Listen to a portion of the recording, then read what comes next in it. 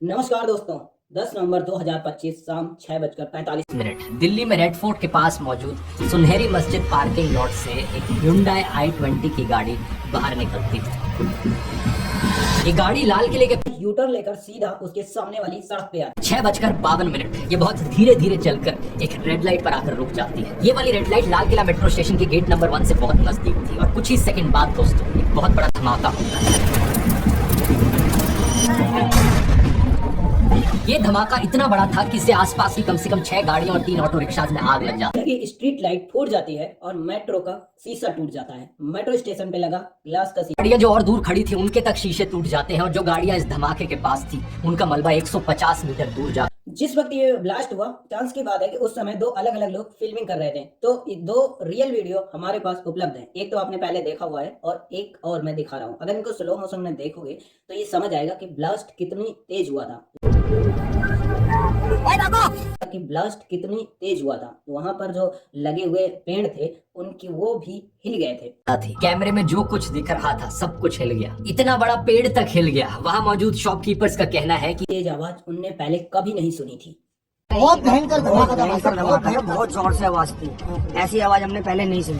बताया जाता है कि धमाके की आवाज करीब 2.5 किलोमीटर दूर आईटीओ तक सुनाई दी। 6:55 पर दिल्ली फायर सर्विसेज को कॉल आती है, जिसके बाद उन्होंने आग पर काबू करने के लिए 7 फायर टेंडर्स को डिस्पैच कर दिए। एक आई विटनेस बताता है कि इस ब्लास्ट के 10 मिनट के अंदर अंदर लगभग 7 बजे के अराउंड पुलिस वहां पर आ गई थी और 7:15 तक एम्बुलेंसेज भी वहां के लोकल लोग वहाँ के विक्टिम्स की बहुत मदद करते हैं। यहाँ तक कि एम्बुलेंस के पहुंचने के पहले ही वो ई रिक्शा से कुछ लोगों को हॉस्पिटल तक पहुंचा देते हैं। इलाके में कुल मिलाकर 20 से ज्यादा लोग घायल होते हैं, जिन्हें तुरंत लोकनायक जयप्रकाश हॉस्पिटल ले जाया जाता है। घायल लोगों में से 8 लोगों की हॉस्पिटल पहुंचने से पहले ही मौत हो जाती है और अभी तक की इंफॉर्मेशन के हिसाब से इस ब्लास्ट में 13 लोगों की जान जा चुकी है। धमाके की सूचना मिलने पर बॉम्ब डिस्पोजल स्क्वाड और फोरेंसिक्स की टीम्स भी मौके पर पहुंचती है। समय बाद नेशनल इन्वेस्टिगेशन एजेंसी एनआईए और एनएसजी कमांडो भी यहाँ पर पहुंचे। ब्लास्ट में मरने वालों में अभी तक सिर्फ 6 लोगों की पहचान हो पाई है। एक है उत्तर प्रदेश के लोकेश देश के रहने वाले लोकेश अग्रवाल, जो हॉस्पिटल में एडमिट अपने बेटे की सास से मिलने दिल्ली आए थे। इसके अलावा अमरोहा में रहने वाले डीटीसी के बस कंडक्टर अशोक कुमार अपनी ड्यूटी करके घर जा रहे थे। एक और में मरने वाले पंकज सैनी एक कैब ड्राइवर थे और एक दिनेश मिश्रा जो कि चांदनी चौक में एक लहंगे की शॉप पर काम करते थे और इसी तरह है जुम्मन मोहम्मद ई रिक्शा चलाते थे और अपने फैमिली के इकलौते हॉस्पिटल पहुंचते हैं, जिसके बाद वो उस जगह पर भी जाते हैं जहां पर धमाका हुआ था और फिर उनकी तरफ से एक बयान दिया जाता है। हम सभी एंगल को खुला रखते हुए इसकी गहन जांच शुरू।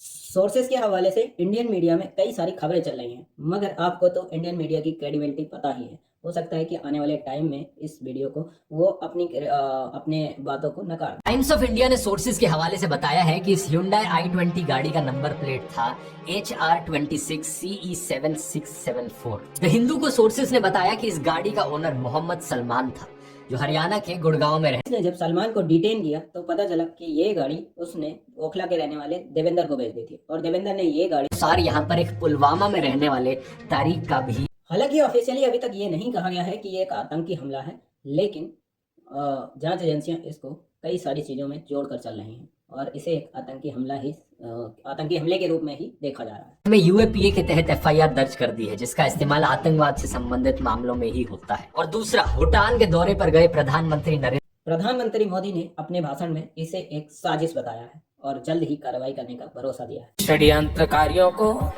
बख्शा नहीं जाए। इन्वेस्टिगेशन को अब एनआईए के हवाले कर दिया गया है, जो कि एक काउंटर टेररिज्म को दोस्तों फरीदाबाद में हुई एक घटना से लिंक करके देखा जा रहा है।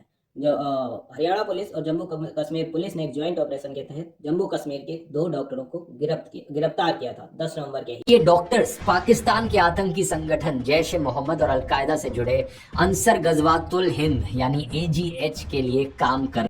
असल में कुछ दिन पहले नौगांव में जैसे मोहम्मद के सपोर्ट में कई सारे पोस्टर लगाए गए थे।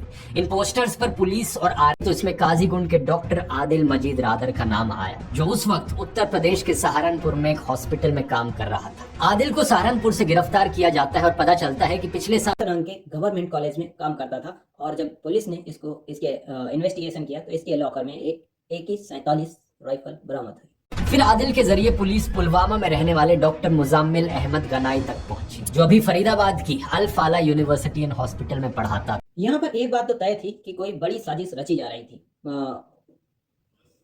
फरीदाबाद में गिरफ्तारी के बाद दिल्ली ब्लास्ट से पहले पुलिस ने यह भी कहा था कि ये ज्वाइंट ऑपरेशन अभी भी जारी है, लेकिन अब इसको फरीदाबाद और दिल्ली में ब्लास्ट को, दोनों घटनाओं को एक साथ इनफ्लेमेबल मटेरियल बरामद हुआ है जो कि सस्पेक्टेड अमोनियम बताया जा रहा है। इसमें अमोनियम नाइट्रेट होने का शक से एक walkie talkie, 20 timers, batteries, remotes और 5 किलो हैवी मेटल्स और इलेक्ट्रिक वायर्स जैसे बम बनाने वाले सामान को भी इकट्ठा किया। यहीं पर एक क्रिनकॉव राइफल, 3 मैगजीन्स और एक पिस्तौल भी मौके पर। एजेंसियां अभी जांच कर रही हैं कि मारे गए लोगों में उम्र शामिल है या नहीं। एक्सप्रेस ने जम्मू कश्मीर पुलिस के टॉप सोर्सेज के हवाले से बताया है कि दिल्ली में जो ब्लास्ट हुआ वो फरीदाबाद में अरेस्टेड लोगों से कनेक्टेड है। वीडियो शूट होने तक ऑफिशियली इनको कंफर्म नहीं किया गया है। और इंडियन एक्सप्रेस के मुताबिक मुजामिल और आदिल के अलावा 2 डॉक्टर और इसमें शामिल। महिला डॉक्टर है जिसे गिरफ्तार किया जा चुका है, लेकिन एक डॉक्टर उमर नबी अपने साथियों की गिरफ्तारी के बाद गायब हो गया था और इसी उमर नबी पर ये धमाका करने का शक है। अलेजिडली ये पुलवामा के उसी कोयल गाँव का रहने वाला है जिससे मुजामिल आता है और ये भी अल फला यूनिवर्सिटी में काम। नबी को दिल्ली धमाके से जोड़ने वाला एक और प्रूफ ये Hyundai की i20 गाड़ी को बताया जा रहा है। हिंदुस्तान टाइम्स ने पुलिस सोर्सेज के हवाले से बताया कि धमाके में इस्तेमाल हुई ये गाड़ी आखिरी बार उमार के पास थी और धमाके से पहले उमार ही गाड़ी को चला रहा था। एक सीनियर ऑफिशियल द प्रिंट को बताते हैं कि अपने साथियों की गिरफ्तारी के बाद उमार घबरा गया था और उसने जल्दबाजी में यह धमाका किया। टाइम्स ऑफ इंडिया ने सोर्सेज को कोट करते हुए कहा है कि ये ब्लास्ट पैनिक और डेस्परेशन में किया गया।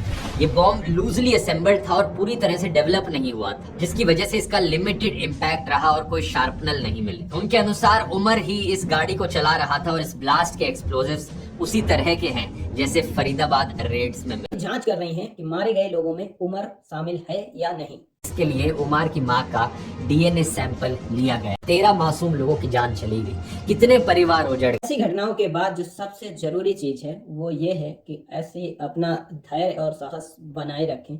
और सारे कमेंट्स मैंने सोशल मीडिया पर देखे कि बिहार इलेक्शंस अगले दिन थी, उससे पिछली रात को धमाका हुआ, तो पक्का इसके बीच में कोई कनेक्शन होगा। लेकिन इस तरीके से बिना किसी सबूत के आप किसी भी सरकार पर उंगली नहीं उठा सकते। हालांकि कुछ सवाल हैं जो कि सरकार के ऊपर बनते हैं, जैसे कि अमित शाह, जो कि वही सवाल है जो 6 साल पहले भी उठा था पुलवामा हमले के दौरान। इसमें 3000 किलो एक्सप्लोसिव कैसे आ गए। और मैं उम्मीद करता हूं सरकार से कि इस बार सरकार जो है इसको बहुत ही क्लियरिफाई करेगी और जल्दी ही सारे भारतवासियों को इस बारे में जानकारी देगी कि ये हमला कैसे हुआ और कैसे ये एक्सक्लूसिव भारत के बॉर्डर के अंदर आके दिल्ली के इतने पास फरीदाबाद में इकट्ठा हुआ। Thank you so much.